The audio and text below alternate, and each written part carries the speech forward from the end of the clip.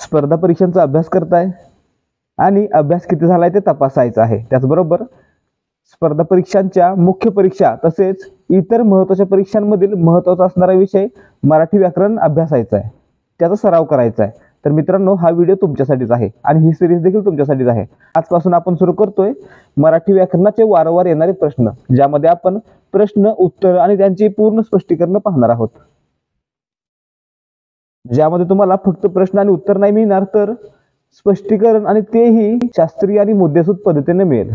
तर मित्रांनो, जर तुम्ही पोलीस भरती किंवा सरळ सेवा भरती पद्धतीने घेतल्या जाणाऱ्या परीक्षा, त्याचबरोबर MPSCच्या महत्त्वाच्या पदांकरता असणाऱ्या मुख्य परीक्षांसाठी तयारी करत आहात, तर मित्रांनो, हा व्हिडिओ तुमच्यासाठीच आहे। हा व्हिडिओ पूर्ण पहा, तुम्हाला यामधून संपूर्ण मार्गदर्शन करण्यात येईल।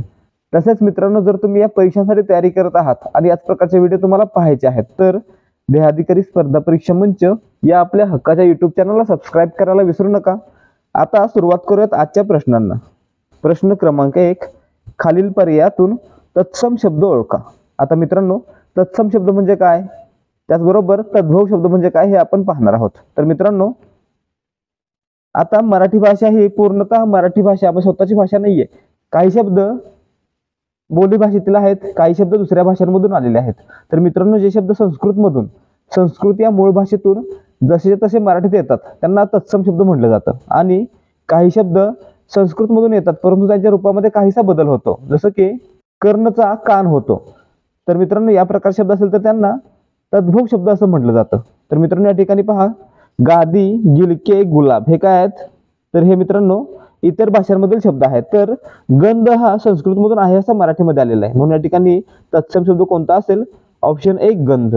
मित्रांनो, त्याचबरोबर तत्सम, तद्भव या दोन शब्दांबरोबरच किंवा या दोन शब्द प्रकारांसोबतच आणखी शब्द प्रकार आहेत, ते कोणते आहेत, देशी शब्द। जे शब्द महाराष्ट्रातील रहिवाशांच्या बोलीभाषेतील आहेत त्यांना देशी शब्द म्हटलं जातं। त्याचबरोबर परभाषीय शब्द जसं की कानडी, गुजराती, इंग्रजी, हिंदी, पोर्तुगीज, फारसी, अरबी, तमिळी, तेलुगू, कोकणी आणि फ्रेंच या भाषांमधून आलेल्या शब्दांना काय म्हटलं जातं, परभाषीय शब्द म्हटलं जातं। तर मित्रांनो, याबद्दल आपल्याला माहिती असली पाहिजे। प्रश्न क्रमांक 2, गायन हा शब्द डॅश डॅश संधीचे उदाहरण आहे। मित्रांनो, या ठिकाणी पहा, संधी म्हणजे काय, तर मराठी भाषेमध्ये शब्द तयार होण्याची जी क्रिया असते त्या क्रियेच्या वेळी एक अक्षर दुसऱ्या अक्षराशी किंवा दुसऱ्या शब्दातील अक्षराशी जोडताना जो नियम वापरला जातो त्याला काय म्हटलं जातं, संधी म्हटलं जातं। तर ठीक आहे मित्रांनो, तर या ठिकाणी संधीचा अर्थ काय, जोडणे। मग मित्रांनो, या ठिकाणी पहा, गायनचा विग्रह कसा होतो, गा अधिक यन। या ठिकाणी गा मध्ये काय आलेला आहे, आ आलेला आहे, काय आलेला आहे, स्वर आलेला आहे। आणि दुसरं म्हणजे यन मध्ये देखील सुरुवातीला अ हा स्वर आलेला आहे। या ठिकाणी पहा, जेव्हा शब्द जोडताना पहिल्या अक्षराचं किंवा पहिल्या शब्दाचं शेवटचं अक्षर आणि दुसऱ्या शब्दाचं पहिलं अक्षर हे स्वर असेल तर त्यावेळी कोणती संधी असेल, स्वर संधी असेल, म्हणजेच ऑप्शन 3 आपलं उत्तर असेल। तर मित्रांनो, स्वर संधीचे आणखी 5 प्रकार आहेत। कोणते कोणते, एक आहे सजातीय स्वर संधी, दुसरी आहे गुणादेश स्वर संधी, तिसरी वृद्धादेश गरज स्वर संधी, चौथी यनादेश स्वर संधी आणि 5वी उर्वरित स्वर संधी। तर मित्रांनो, यांची उदाहरणं आणि यांचा अभ्यास आपण पुढे येणाऱ्या व्हिडिओज मध्ये करणार आहोत। पुढे पहा, प्रश्न क्रमांक 3, बोका या शब्दाचे अनेक वचन कसे करता येईल। आता मित्रांनो, बोका या शब्दाचं अनेक वचन होतं बोके, म्हणजे ऑप्शन 1 आपलं उत्तर आहे। त्याचबरोबर बोका या शब्दाचा विरुद्ध लिंगी शब्द विचारला तर कोणता येईल, भाटी किंवा मांजर। ठीक आहे। प्रश्न क्रमांक 4, आपले संबंध टिकून राहावेत यास्तव मी काही बोलत नाही या वाक्यात डॅश डॅश वापरले आहे। आता मित्रांनो, या ठिकाणी पहा, या ठिकाणी एक उभयान्वयी अवयव वापरलेला आहे, कोणता, यास्तव। तर मित्रांनो, उभयान्वयी अवयवाचे मुख्य 2 प्रकार आहेत। एक आहे समानत्वदर्शक म्हणजेच प्रधानत्वसूचक उभयान्वयी अव्यय, आणि दुसरा आहे असमानत्वदर्शक म्हणजेच गौणत्वसूचक उभयान्वयी अव्यय। तर मित्रांनो, यापैकी प्रधानत्वसूचक उभयान्वयी अव्ययाचे आणखी पुढे 4 प्रकार पडतात। हा गौणत्वसूचक किंवा असमानत्वदर्शक उभयान्वयी अव्ययाचे आणखी 4 प्रकार आहेत, स्वरूपबोधक उभयान्वयी अव्यय, उद्देशबोधक उभयान्वयी अव्यय, करणबोधक उभयान्वयी अव्यय आणि संकेतबोधक उभयान्वयी अव्यय। तर मित्रांनो, या ठिकाणी पहा, जेव्हा म्हणून, सबब, यास्तव, कारण की यासारख्या शब्दांनी जोडलेल्या गौण वाक्यामुळे हे मुख्य वाक्याचा उद्देश किंवा हेतू दर्शवला जातो तेव्हा त्यास उद्देशबोधक उभयान्वयी अव्यय म्हणलं जातं.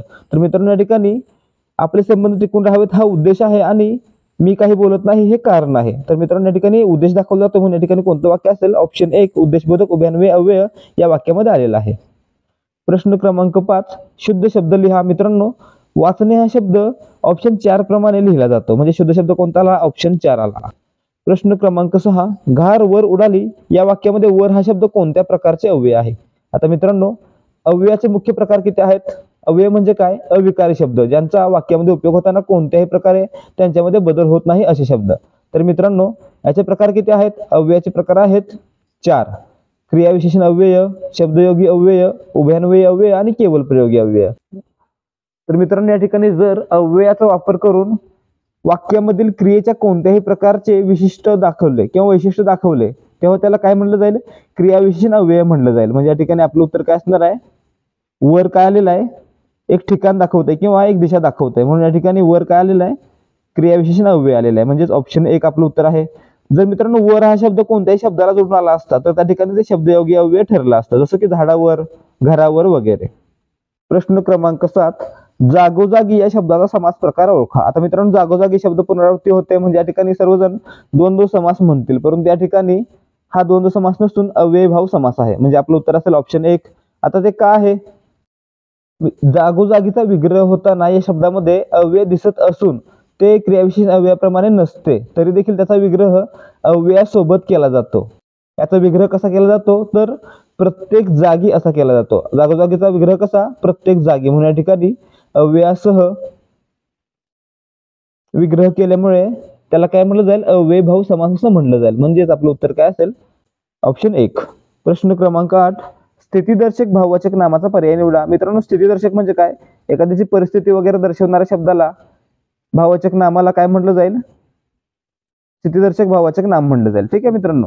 आता भाववाचक नाम म्हणजे मुख्यतः काय असतं ज्या नामातून एखादी व्यक्ती किंवा प्राणी अथवा वस्तूमधील गुण धर्म किंवा भाव यांचा बोध होतो त्या नामाला भाववाचक नाम म्हणलं जातं. तर मित्रांनो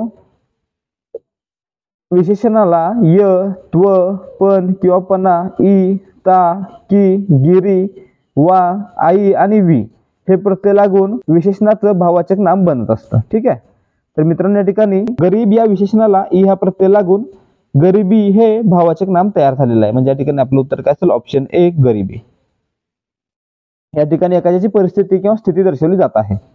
प्रश्न क्रमांक 9 स्वल्प या शब्दाचा संधी विग्रह कसा होईल. मित्रांनो या ठिकाणी पहा स्वल्प याचा विग्रह कसा होतो सु अधिक अल्प. ठीक आहे म्हणजे आपलं उत्तर काय असेल ऑप्शन 3. तर मित्रांनो या ठिकाणी सु आहे आणि अल्प आहे या ठिकाणी व कुठून आला मग तर या ठिकाणी मित्रांनो हा यनादेश संधीचा एक प्रकार आहे. ठीक आहे यनादेश स्वर संधीचा प्रकार आहे. जर ई किंवा उ समोर विजातीय स्वर आला म्हणजे कोणता अ आ या प्रकारे कोणता जरी स्वर आला तर या ठिकाणी ई चा काय होतो य होतो आणि उ चा काय होतो व होतो म्हणून या ठिकाणी सु मध्ये काय उ आलेला आहे आणि उ नंतर काय आला विजातीय स्वर अ आला म्हणजे या ठिकाणी उ चा काय झाला व झाला म्हणजे या ठिकाणी स्वल्पचा काय झाला स्वल्प झाला म्हणजेच ऑप्शन 3 आपलं उत्तर आहे. प्रश्न क्रमांक 10 विपत्काल हा शब्द टिंबटिंब व्यंजन संधीचे उदाहरण आहे. आता मित्रांनो या ठिकाणी पहा व्यंजन संधी म्हणजे काय असतं जर वाक्यातील जोडाक्षरे होताना पहिला व्यंजन व दुसरा स्वर किंवा दोन्ही व्यंजन असतील म्हणजे या ठिकाणी 2 शब्द आहेत त्यापैकी पहिल्या शब्दाचं शेवटचं अक्षर व्यंजन आणि दुसऱ्या शब्दाचं पहिलं अक्षर व्यंजन किंवा स्वर असेल आणि यांची जोडणी होईल किंवा हे शब्द जोडतील तर त्यावेळी तयार होणाऱ्या संधीला काय म्हटलं जाईल किंवा जोडण्याच्या क्रियेला काय म्हटलं जाईल व्यंजन संधी असं म्हटलं जाईल. म्हणजे या ठिकाणी व्यंजन संधीचे किती प्रकार आहेत व्यंजन संधीचे आणखी 4 प्रकार आहेत. कोणते कोणते एक आहे प्रथम व्यंजन संधी दुसरा तृतीय व्यंजन संधी तिसरा अनुनासिक संधी आणि चौथा त व्यंजन संधी. तर मित्रांनो या ठिकाणी पहा या ठिकाणी विपदकालचा विग्रह कसा होतो मित्रांनो विपद अधिक काल. ठीक आहे मित्रांनो विपद अधिक काल होतो म्हणजे या ठिकाणी जेव्हा मित्रांनो या ठिकाणी प्रथम व्यंजन संधी होते. ठीक आहे आणि का होते ते पाहूया. तर या ठिकाणी काही कठोर व्यंजन आहेत काही मृदू व्यंजन आहेत. तर मित्रांनो जर पहिल्या शब्दाचं शेवटचं अक्षर कठोर किंवा मृदू व्यंजन असेल अनुनासिक सोडून कठोर किंवा मृदू व्यंजन असेल आणि त्याच्या समोर जो दुसरा शब्द आहे त्याचं पहिलं अक्षर हे कठोर व्यंजन असेल तर त्या ठिकाणी शेवटच्या अक्षराच्या ठिकाणी त्या गटातील कठोर या गटातील पहिलं कठोर व्यंजन येतं. म्हणजे या ठिकाणी द आणि काल. द आहे काय आहे, मृदू व्यंजन आहे आणि त्याच्यासमोर काय आलेलं आहे, कठोर व्यंजन क आलेलं आहे. म्हणजे या ठिकाणी दच काय होतंय, दच्या गटातील पहिलं कठोर व्यंजन कोणतं आहे, त आहे. म्हणून या ठिकाणी च त होतं, म्हणजे विपत्काल ही संधी होते. म्हणजे या ठिकाणी कोणत्या संधीचं उदाहरण आहे, प्रथम व्यंजन संधीचं उदाहरण आहे. म्हणजेच ऑप्शन 1 आपलं उत्तर आहे. प्रश्न क्रमांक 11, मन पूर्ण करा. पदरी पडले डॅश डॅश झाले. आता मित्रांनो, पदरी पडले पवित्र झाले अशी म्हण असते. तर याचा अर्थ काय असतो, एखादी गोष्ट जर आपल्याला मिळाली आहे तर ती त्या गोष्टीला कोणत्याही प्रकारे नाव न ठेवता स्वीकारणे. ठीक आहे, असा याचा अर्थ असतो. आपलं उत्तर काय, ऑप्शन 1, पदरी पडले पवित्र झाले. प्रश्न क्रमांक 12, केलेले उपकार न जाणणारा या शब्दसमूहाबद्दल योग्य शब्द निवडा. मित्रांनो, केलेले उपकार न जाणणारा व्यक्ती कोण असतो, कृतज्ञ असतो. म्हणजे या ठिकाणी आपलं उत्तर काय असेल, ऑप्शन 1. तर मित्रांनो, केलेले उपकार जाणणारा कोण, कृतज्ञ. ठीक आहे, आणि मानवाने बनवलेली एखादी गोष्ट त्याला काय म्हटलं जाईल, कृत्रिम म्हटलं जाईल. प्रश्न क्रमांक 13, उपमेय आणि उपमान कोणते आहे असा संशय डॅश डॅश या अलंकार प्रकारात होतो. आता मित्रांनो, ससंदेह अलंकाराची व्याख्या काय आहे, उपमेय आणि उपमान कोणते आहे असा संदेह ज्या ठिकाणी निर्माण होतो त्या ठिकाणी कोणता अलंकार असतो, ससंदेह अलंकार असतो. म्हणजे या ठिकाणी आपलं उत्तर काय असेल, ऑप्शन 4. तर मित्रांनो, याचं उदाहरण काय आहे, हा दोरखंड की साप. यामध्ये दोरखंडाला साप म्हणले की सापाला दोरखंड म्हणले, याविषयी संशय निर्माण होतो. म्हणून या ठिकाणी ससंदेह हा अलंकार आहे. तर मित्रांनो, अन्योक्ती म्हणजे काय, एकाला उद्देशून दुसऱ्याला बोलणे म्हणजे अन्योक्ती अलंकार.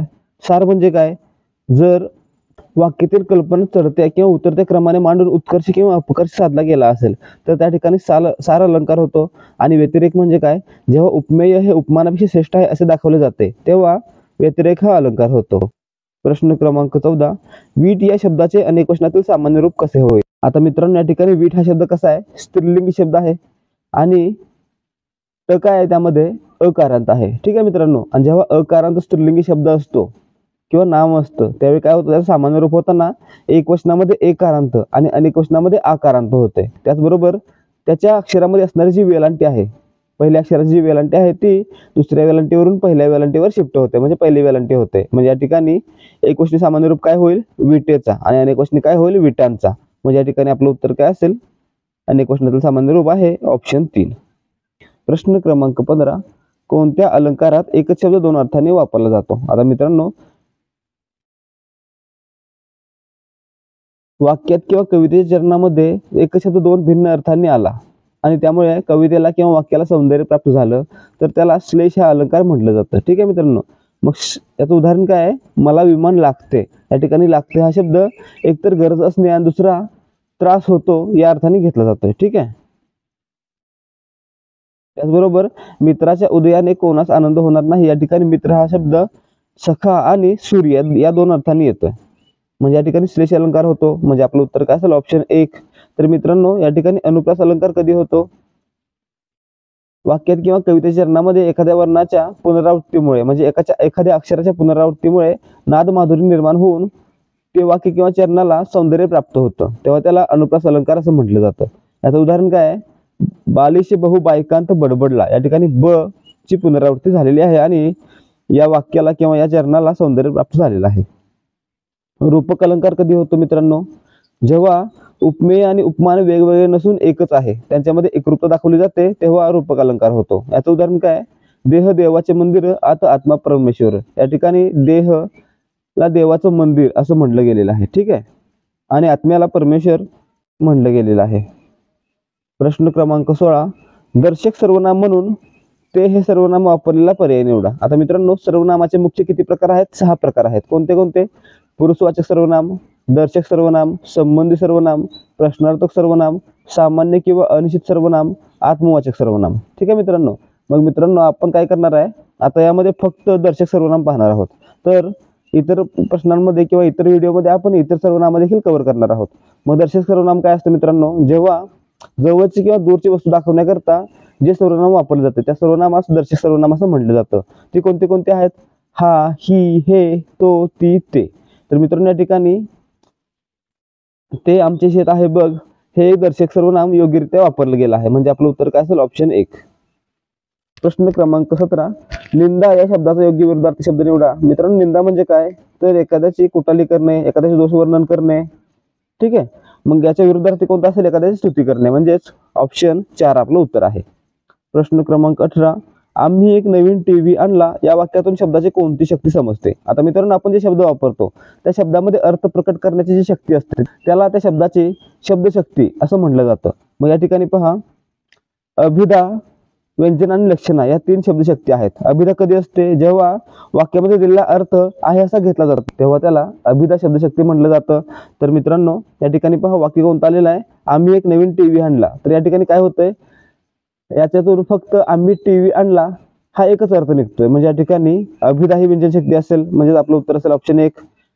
मित्रांनो, जेव्हा अभिधा शक्ती असते किंवा अभिधा शब्दशक्ती असते तेव्हा काय होतं, तेव्हा त्याच्या अर्थाला काय म्हटलं जातं, वाच्यार्थ असं म्हटलं जातं. ठीक आहे. दुसरी शब्दशक्ती कोणती आहे, व्यंजना.